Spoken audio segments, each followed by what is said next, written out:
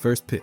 With the first pick, the Orlando Magic took Paolo Banchero. Paolo's grade 4 years later is an A. Right out of the gate, he was expected to carry a franchise, and so far, he's done more than just survive, he's thrived. His rookie year, around 20 points a game. By year 3, he's jumped to nearly 26 points while grabbing boards and dishing assists like a true offensive hub. His usage has climbed every season, but he hasn't wilted. Instead, his shooting efficiency has gotten better, which says a lot about his growth. He even earned an All-Star selection in year 2. Defensively, not elite, but he's not a turnstile either. He's got size, skill, and can pass, rebound, and score at every level. His playoff numbers, strong. He's shown up when it matters. Now, he did only play in 46 games during his 3rd season, and his three-point shot still needs work. But when you draft someone first overall, you hope for a player who can become your cornerstone. Banchero's done that. He's not flawless, but nothing's shown up that'd drop his stock. He's doing what a number 1 pick should: produce, improve, and matter. And that's why he gets an A. Second pick.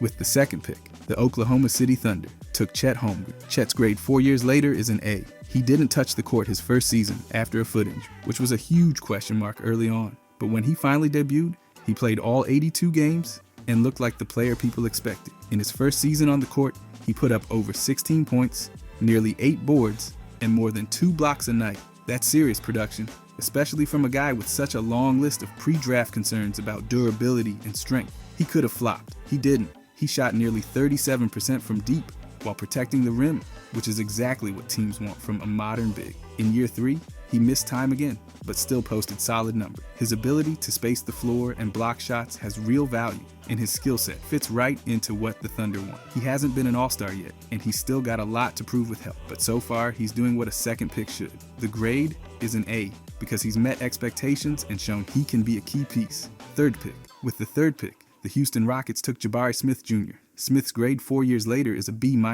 He came in with a ton of hype, great size, a smooth shot, and high draft expectation. But the results so far have been solid, not spectacular. He started almost every game he's played, but through 3 seasons, he's averaged around 13 points and 7 rebounds. Not bad, but for a top 3 pick, you'd want more. His three-point shot improved from the low 30s to the mid-30s, which is a good sign, but not enough to call him elite from deep. In year 3, his scoring dipped, and he only played 57 games. That raised some questions. Still, Houston just handed him a 5-year deal worth over $120 million, so clearly they see value. He hasn't turned into a go-to guy or a dominant defense presence yet, but he's contributed consistently and seems to be getting more comfortable. The grade stays at B- because he's reliable, improving, and clearly trusted by the team, but not close to star level. For now, he's more solid starter than franchise changer. That might change, but it hasn't yet. By the way, if you guys want to subscribe, I'm going to be posting every day. Thanks. Anyways, fourth pick. With the fourth pick, the Sacramento Kings took Keegan Murray. Keegan's grade 4 years later is a B-. He came in as a knockdown shooter with size, and he made an early impact. He started almost every game as a rookie, dropped over 12 points a night, and hit more than 40% from deep. Year 2, a solid bump, over 15 points and more boards. But instead of continuing to rise in year 3, his scoring dropped, and his three-point percentage kept sliding. That dip is tough to ignore, especially when one of his biggest strengths is supposed to be floor spacing. He did have a wild game where he hit 12 threes and scored 47 points, which proves the upside is there. But consistency is still a question. He's not a liability, and he's played most of his games each season, which matters. He even made all-rookie first team. But for a top 4 pick, you'd hope to see a clearer path to all-star status by now. He's more steady contributor than standout forward so far. The grade lands at B- because he's good, but just hasn't hit that higher gear yet. Maybe he will, but not yet. Fifth pick. With the fifth pick, the Detroit Pistons took Jaden Ivey. Ivey's grade 4 years later is a B+. In his rookie year, he looked like a solid building, over 16 points per game and more than 5 assists. His second year wasn't a big jump, but his third season started off strong. Before suffering a broken fibula, he averaged nearly 18 points on 46% shooting, and he was hitting over 40% from deep. That's big-time progress. He's played in over 180 games so far and has shown he can be a reliable starter. He's explosive, he's aggressive, and when he's on, he gives defenses a real problem. His overall shooting has improved every year, which is a great sign. Still, he hasn't made the leap into all-star territory yet, and injuries have slowed his momentum. The three-point percentage for his career sits around 35, which is decent but not elite. The grade lands at B+, because he's shown growth, he's produced, and he's trending upward. But as a top 5 pick, the expectation is stardom, not just flashy. He's close, but he's not there yet. Let's see if he makes that leap. Next, 6th pick. With the 6th pick, the Indiana Pacers took Benedict Mathurin. Mathurin's grade 4 years later is a B+. As a rookie, he came in hot, nearly 17 points per game, and earned all rookie first team honors. That's how you start a career. He followed it up with a bit of a dip in scoring in year 2, but improved his 3-point shooting to almost 37.5%. Then in year 3, he bounced back with over 16 points and a career high in rebound. But his 3-point percentage slid again. So while he's scoring and staying involved, that inconsistency from deep is a bit of a red flag, especially for a wing. He started a lot of games, played solid minutes, and has held a key role on the roster. His playoff minutes haven't been huge, but he's been efficient in the time he's gotten. He hasn't broken out as a two-way force yet, and the star leap still hasn't happened. But there's enough there to be encouraged. A B+ fits because he's producing, improving in some areas, and staying reliable. The talent's there. It's just not all the way unlocked yet. 7th pick.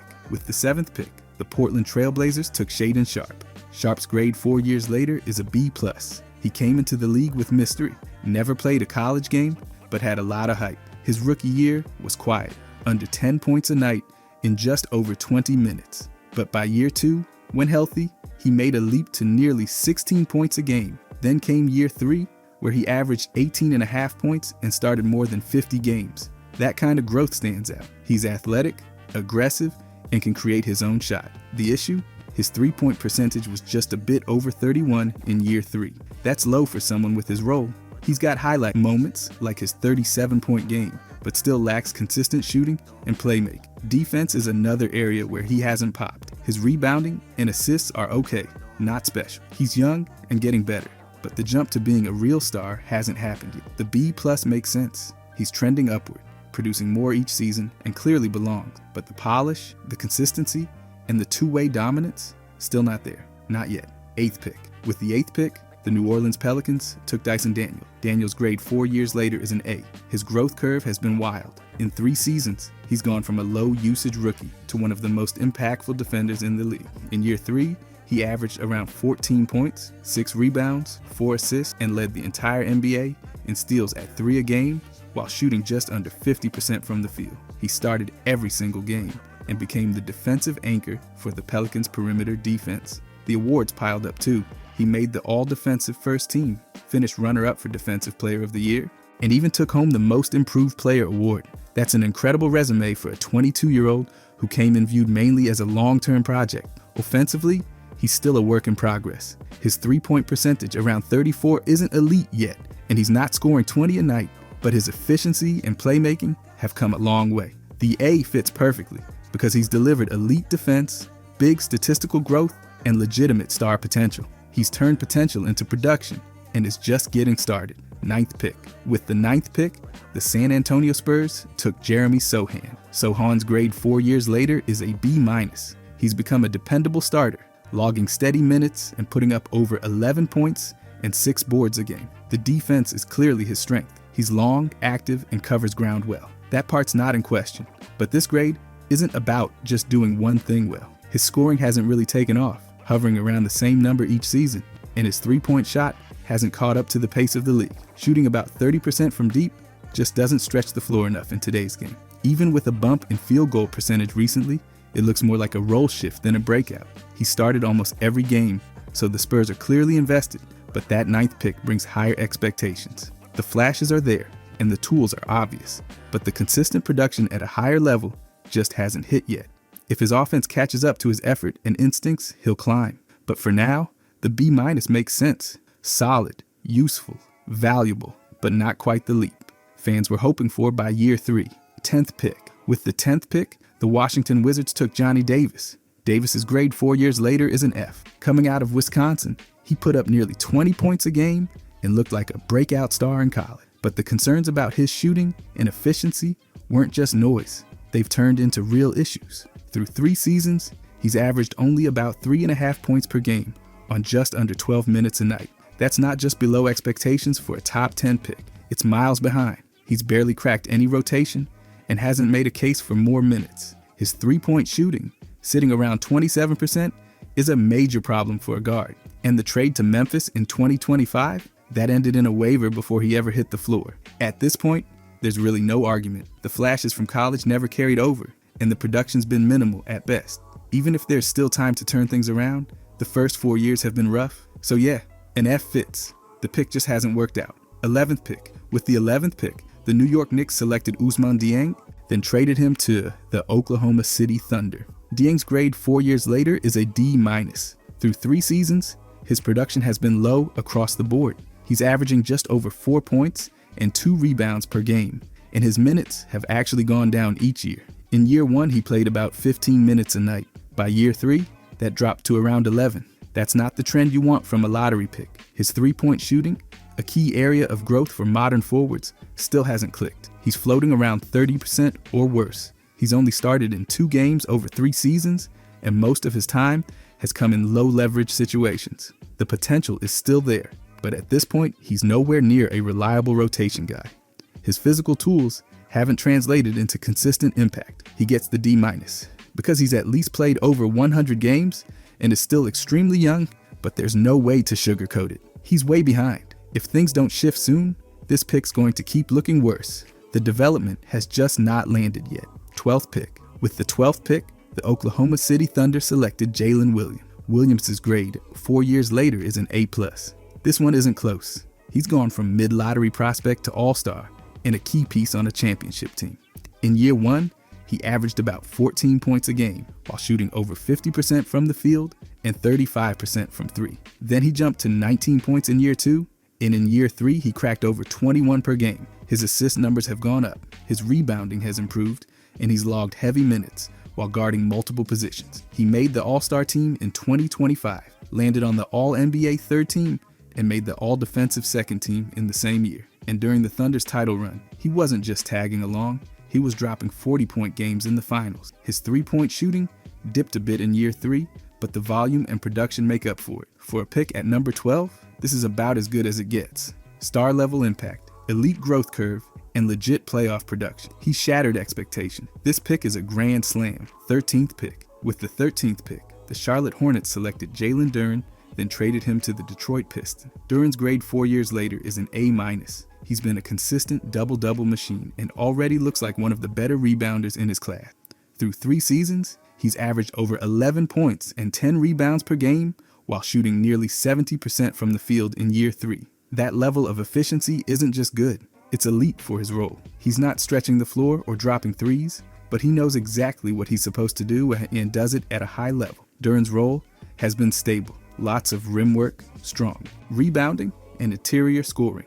While he hasn't broken into all-star conversations yet, his production is impressive for someone drafted 13th. The only thing holding him back from an A+ is that his defense is still developed, and he hasn't made the kind of two-way leap you'd want for top-tier status. But as a physical big who controls the glass and finishes at the rim, he's hit above expectation. He's young, productive, efficient, and only getting better. This pick has turned out great. 14th pick. With the 14th pick, the Cleveland Cavaliers selected Ochai Agbaji, then traded him to the Utah Jazz. Agbaji's grade 4 years later is a C.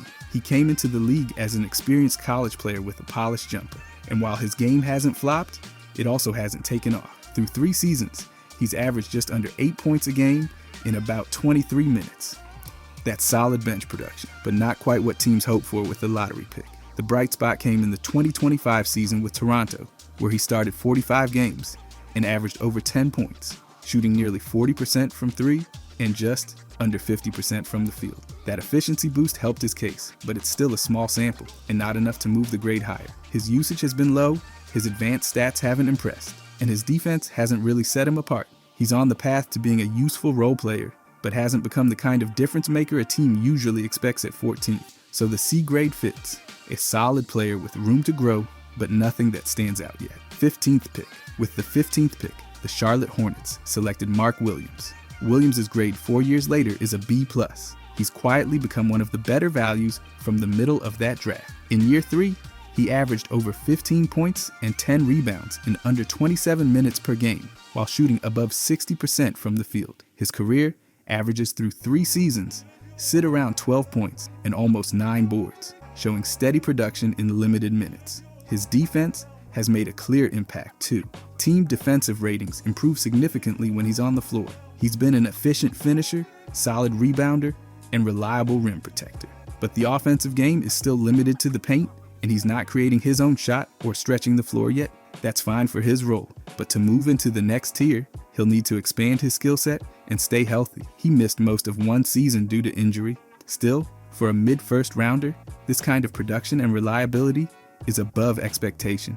Williams is a strong piece for Charlotte's future. The B+ reflects that he's doing well now, with clear room to climb even higher. 16th pick. With the 16th pick, the Atlanta Hawks selected A.J. Griffin. Griffin's grade 4 years later is a D-, and this one's unusual, not because of performance, but because of how it ended. After just 2 seasons in the league, Griffin retired at only 21 years old to pursue a religious path. During his short time on the court, he showed flashes of what made him a mid-first round pick. In his rookie season, he averaged close to 9 points per game, shot nearly 40% from 3, and looked like a promising young shooter with size and upside. But after that, his role with Atlanta shrank. His production dipped, and by year 2, he was barely seeing the floor. Then came the retirement, cutting off what could have been a developing career before it ever had a real chance to grow. Because his exit wasn't due to poor skill or off-court issues, the grade can't be a complete failure. But for the Hawks, the pick still provided almost no long-term value. So the D- fits. Griffin's decision was personal and respectable, but from a basketball perspective, the outcome was disappointing for such a talented prospect. 17th pick. With the 17th pick, the Houston Rockets took Tari Eason. Eason's grade 4 years later is a B. He's done more than hold a roster spot. He's become a real part of the Rockets' rotation. Across his first 4 years, he's chipped in around 10 points and 6 rebounds a game in under 23 minutes. That scoring climbed to 12 points this season, and he's finishing at nearly 49% from the field. His three-point shot is still coming along, sitting at about 34%, which isn't bad, but it's not stretching defenses yet. The hustle is there. He's pulling in rebounds, poking steals, and bothering shooters, like he actually enjoys doing the gritty stuff. That's helped him earn solid bench and starter minutes. Still, he hasn't made a major leap. He's a glue guy, not a breakout star. The grade stays at a B because he's returning solid value for a mid-first rounder, but he hasn't pushed into the next tier. If he can bump up that scoring, stretch the floor better, and show more offensive variety, there's room for this grade to climb. Right now, though, steady and reliable beats flashy and inconsistent. 18th pick. With the 18th pick, the Chicago Bulls took Dallin Terry. Terry's grade 4 years later is a D. He had the defensive tools coming out of college, and people were excited about his size and versatility. But through 3 seasons, the production hasn't caught up. He's averaged just over 3 points per game across about 11 minutes. And while this past season saw a small bump to 4.5 points, it's still far from what you'd expect from a top 20 pick. His rookie year was barely a blip, and his second season wasn't much louder. Shooting numbers stayed low until this year, when he finally hit about 36% from deep, but that's really the only offensive progress we've seen. His role has mostly been deep bench minutes, with just a handful of starts over 4 years. Advanced metrics have him in the negatives too, so it's not just about the box score. He hasn't carved out a real identity on the court yet. He's still young, and sure, there's time, but right now, this pick hasn't returned close to the value expected. He's active, but not impactful. That's why the grade sits at a D 19th pick. With the 19th pick, the Memphis Grizzlies took Jake LaRavia.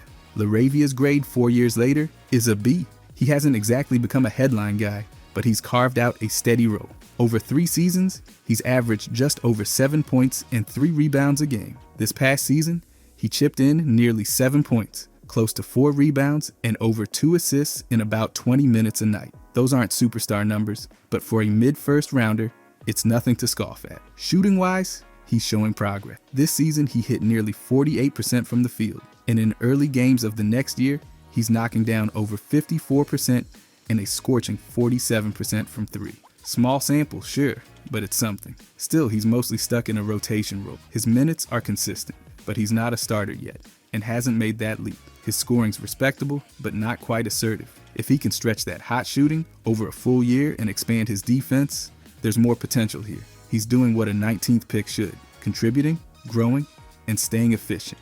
Not flashy, not dominant, but solid. That's why LaRavia lands right at a B 20th pick. With the 20th pick, the San Antonio Spurs took Malachi Branham. Branham's grade 4 years later is a D-.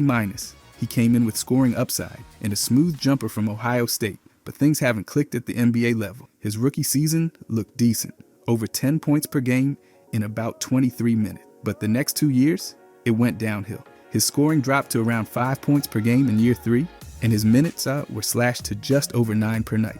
He didn't start a single game in that 3rd season. For a top 20 pick, that's not a great look. Sure, he's still young, and he did shoot over 40% from 3 this past year, but that's in a very limited role. That efficiency doesn't mean much if he's barely touching the ball. His career averages through 3 seasons sit under 9 points a game, with very little else filling out the box score. Advanced metrics, also not in his favor. It's not a lost cause, but it's not looking great either. The potential hasn't turned into production. That's why the D- fits. Not a bust, but pretty close. 21st pick. With the 21st pick, the Denver Nuggets took Christian Braun. Brown's grade, 4 years later, is an A. He's done exactly what teams hope for when drafting late in the 1st round. And then some. His averages over his first 4 years come out to just over 9 points, nearly 4 rebounds, and close to 2 assists in around 23 minutes per game. That would be solid on its own. But his 3rd season changed the conversation entirely. He jumped up to over 15 points, 5 rebounds, and nearly 3 assists per game in 24. And he did it while shooting a ridiculous 58% from the field. That kind of efficiency from a wing is no joke. He also earned a starting spot that season, showing clear trust from the coaching staff. But it's not just numbers. He played a real role in Denver's championship run, and that winning experience adds to his value. He's defending, rebounding, finishing, and playing smart basketball across the board. He's not an all-star yet, but for a late 1st rounder, he's been a home run. Efficient, productive, reliable. That's why Brown walks away with a rock-solid A grade. 22nd pick. With the 22nd pick, the Utah Jazz took Walker Kessler. Kessler's grade 4 years later is an A. This pick turned into one of the best values in the entire draft. Kessler's averaging over 9 points, 9 rebounds, and more than 2 blocks per game across his first 3 seasons. His 3rd year saw him post around 11 points and over 12 rebounds per night, shooting over 66% from the field. His defense has been elite. He became the first player since Tim Duncan to average at least 2 blocks per game in each of his first 3 seasons. That kind of rim protection is rare, especially from a player taken outside the lottery. He started over half the games in year 3 and anchored the Jazz defense as a full-time big. He doesn't stretch the floor, and his offense mostly comes around the rim, but when you're converting nearly 70% of your shots and controlling the glass, that's a fair trade. For where he was drafted, Kessler's exceeded every reasonable expectation. He's productive, efficient, and a defensive force. Not quite an all-star yet, but he's getting close. That's why Walker Kessler earns an A. 23rd pick. With the 23rd pick, the Memphis Grizzlies took David Roddy. Roddy's grade 4 years later is an F. He came in with great college stats. 19 points a game, over 7 rebounds, and a strong shooting clip. But that hasn't translated at the pro level. In 3 seasons, he's averaged just over 6 points and fewer than 3 rebounds per game while playing under 17 minutes a night. That's already disappointing for a 1st round pick. But it gets worse. His shooting hasn't helped his case either. He's hitting just over 42% from the field and around 30% from 3 across 3 seasons. That's a bad combo when you're expected to stretch the floor or contribute meaningful scoring. His role hasn't grown either. He's bounced around teams, been included in multi-team trades, and was even waived in 25. That lack of stability is a red flag for any prospect, especially one drafted in the top 25. He hasn't carved out a spot, hasn't improved meaningfully, and hasn't made himself valuable to any team. That's a hard miss at this point in his career. Roddy's outcome so far clearly earns a failing grade, F. 24th pick. With the 24th pick, the Milwaukee Bucks took Marjon Beauchamp. Beauchamp's grade 4 years later is a D-. He came in as a developmental wing with scoring upside, but the development hasn't materialized in any consistent way. Across his first 3 seasons, he's averaged just over 4 points and under 2 rebounds per game in less than 11 minutes a night. That's barely enough to qualify as a bench regular, let alone a 1st round success. He shot 40% from 3 in his 2nd season, which sounds good until you remember he only played about 13 minutes per game and didn't follow it up with increased playing time or production. In fact, year 3 saw a huge dip in role, just 4.5 minutes per game, spread across short stints with 3 different teams. That lack of consistency, Plus his minimal impact makes it hard to find upside at this point. His shooting and physical tools are fine, but they haven't translated into a real NBA role. He's bouncing around teams instead of climbing a rotation. That's why the grade is D-. Not a total bust, but 4 years in, he's way off track for a first rounder. 25th pick. With the 25th pick, the San Antonio Spurs took Blake Wesley. Wesley's grade 4 years later is a D+.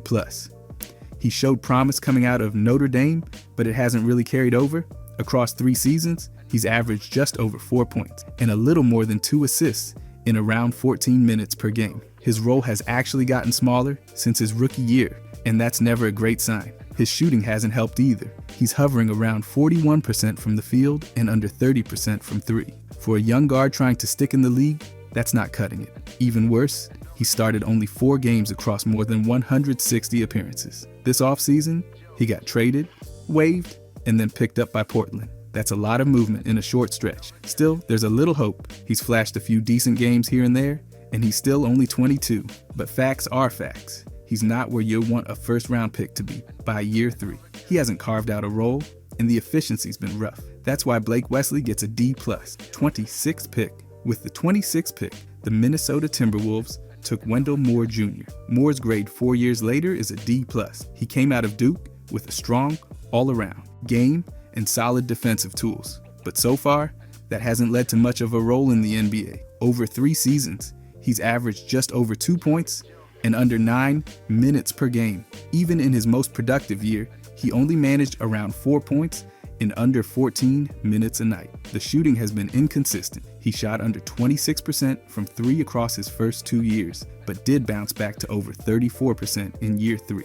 That's encouraging, but the sample size is small, and his minutes are still limited. He's already been moved across multiple teams and recently signed a 2-way deal with Charlotte. That's not where you want to be as a former first-round pick, trying to prove your value. He's still showing small signs of growth, and his defensive background from college keeps him interesting. But at this stage, he hasn't met the standard for a pick in his range. That's why Wendell Moore Jr. gets a D+. 27th pick. With the 27th pick, the Miami Heat took Nikola Jovic. Jovic's grade 4 years later is a B. He's come along nicely for a late first rounder. This past season, he averaged nearly 11 points, almost 4 rebounds, and close to 3 assists per game, while playing over 25 minutes a night. That's a solid jump from earlier years and reflects growing trust from the team. His shooting's respectable too, about 46% from the field and 37% from 3. Over his first 4 years, he's averaged close to 9 points in just over 21 minutes per game. That's a real rotation player, not a bench warmer. Miami clearly sees value in him. They handed him a 4-year extension worth over $62 million. That kind of deal doesn't go to guys they're unsure about. He's got great size and floor spacing ability, which makes him a fit in today's league. He hasn't exploded into stardom, but for a pick that late, you're looking for a reliable contributor, and that's what he's become. If he improves his playmaking, defense, and rebounding, there's room to grow. But based on where he started and where he is now, a B grade fits perfectly. 28th pick. With the 28th pick, the Golden State Warriors took Patrick Baldwin Jr. Baldwin's grade 4 years later is a D. He came into the league as a 6'9" forward with shooting potential, but that upside hasn't materialized in NBA minutes. Across 3 seasons, he's averaged under 4 points and just 2 rebounds in fewer than 9 minutes per game. He's had short stints with the Warriors, Wizards, Clippers, and briefly the Spurs, who ended up waiving him. That much movement doesn't exactly scream long-term value, while his shooting percentages in year 3 saw a small uptick, over 54% from the field and nearly 37% from 3. It came in a tiny role, playing under 5 minutes per game. The volume just not there to draw a real conclusion. In the G League, he's looked better, averaging over 17 points and nearly 7 rebounds per game. That shows he still has tools, but he hasn't shown he can apply them against consistent NBA competition. He's still young, and there's a sliver of hope if the shooting sticks. But 4 years in, he hasn't established a real NBA role. That's why Patrick Baldwin Jr.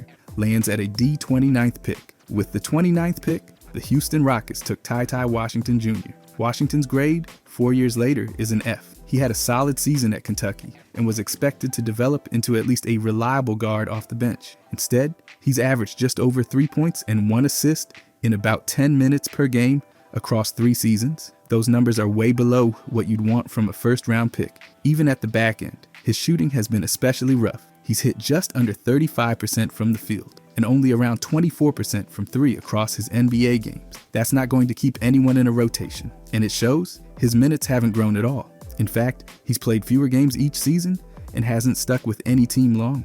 He's been with multiple franchises already and spent most of his time bouncing between NBA benches and the G League. While his G League stats look solid, they haven't translated into meaningful NBA production. 4 years in, there's been little sign of growth or upside in actual NBA action.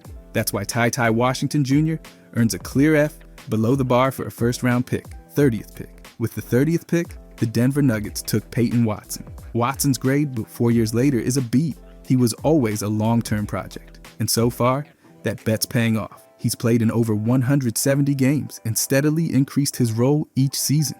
As a rookie, he barely cracked 8 minutes per game. By year 3, he was averaging over 24 minutes a night with 8 points and 3 rebounds on nearly 48% shooting from the field. His three-point shot has come around too, sitting at just over 35% this season. That makes him much more viable as a wing in today's game. He's long, athletic, and fits well in Denver's system. He's not a flashy scorer, but he's dependable, and that matters. He's still not a breakout starter or putting up big numbers, but for a final first-round pick, he's carved out real value. He was even part of their championship team, which adds another check mark in his column. There's room to grow, more scoring, more consistency, more impact, but he's delivered more than most late picks do by year 3. That's why Peyton Watson earns a strong, earned B grade. If you enjoyed this, I'm going to be posting a lot here. I would greatly appreciate it if you could subscribe. Thanks for watching.